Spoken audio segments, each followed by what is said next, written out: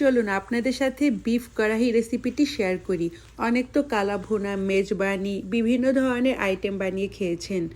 এবার জাস্ট এই আইটেমটা বানিয়ে খান, মন প্রাণ ভরে যাবে।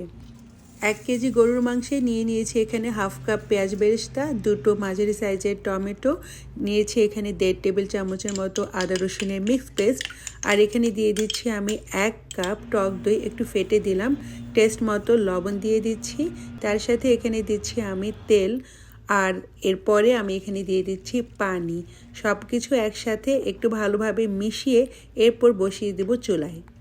আচ্ছা, চুলায় বসানোর আগে দিতে হবে একটু পেঁয়াজ কুচি, সেটা দিতেই হবে। দিয়ে এরপর আমি চুলায় বসিয়ে দিলাম, ঢেকে রান্না করব যতক্ষণ পর্যন্ত না সেদ্ধ হয়। পুরোপুরি সেদ্ধ হয়ে গেছে। এখন যে কাজ করব, বানিয়ে নেব কড়াহি বিফের মশলা। নিয়েছি 1 টেবিল চামচ আস্ত ধনে, 1 চা চামচ আস্ত জিরা, 2টো শুকনো মরিচ নিয়েছি গোলমরিচ এখানে 1 চা চামচ, আর নিয়েছি এখানে আমি 3-4টা এলাচি, লবঙ্গ নিয়েছি, আর নিয়েছি এখানে 1/4 টিস্পুন গুয়া মরি, যেটাকে মিষ্টি জিরাও অনেকে বলে। নিয়েছি 2 টুকরো দারচিনি আর 2টো তেজপাতার টুকরো করে দিলাম, আর দিলাম একটা বড় এলাচ।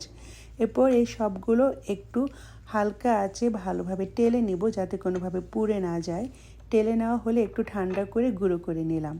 এর সাথে অ্যাড করছি হাফ চা চামচ হলুদের গুঁড়ো আর 1 চা চামচ লাল মরিচের গুঁড়ো। এরপর মিক্স করে নিলে হয়ে গেল কড়াহি বিফের মশলা। এটা দিয়ে কড়াই মাটন যে কোনো রান্নাই করতে পারবেন।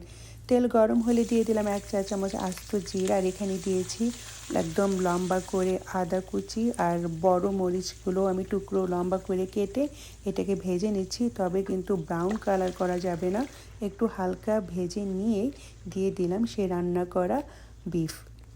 আমি মাংসে কিন্তু অতিরিক্ত তেল দেইনি, যেহেতু মাংসের ভেতরে এক্সট্রা তেল উঠেছে তাই একটু বেশি তেল লাগছে। এখানে দিয়ে দিলাম 2 চা চামচ সেই মশলা। আর এবার বলি, এক্সট্রা এরকম তেল থাকলে আপনারা যে কোনো চামচ দিয়ে আলতো হাতে ওপর থেকে তেলগুলো উঠিয়ে নিলে কিন্তু হয়ে যাবে। এরপর মশলা দিয়ে ভালোভাবে একটু ভেজে নিলাম, ব্যাস হয়ে গেল ভীষণ সুস্বাদু কড়াহি বিফ। আপনারা বাসায় ট্রাই করতে পারেন, আর খেয়ে কিন্তু আমাকে জানাতে ভুলবেন না কেমন হলো এই কড়াই বিফ। আমি জানি আপনারা অবশ্যই পছন্দ করবেন, এটা খেতে ভীষণ মজা। এখনও পর্যন্ত যারা ট্রাই করেননি তারা একবার ট্রাই করে খান, তবেই বুঝবেন কত মজা।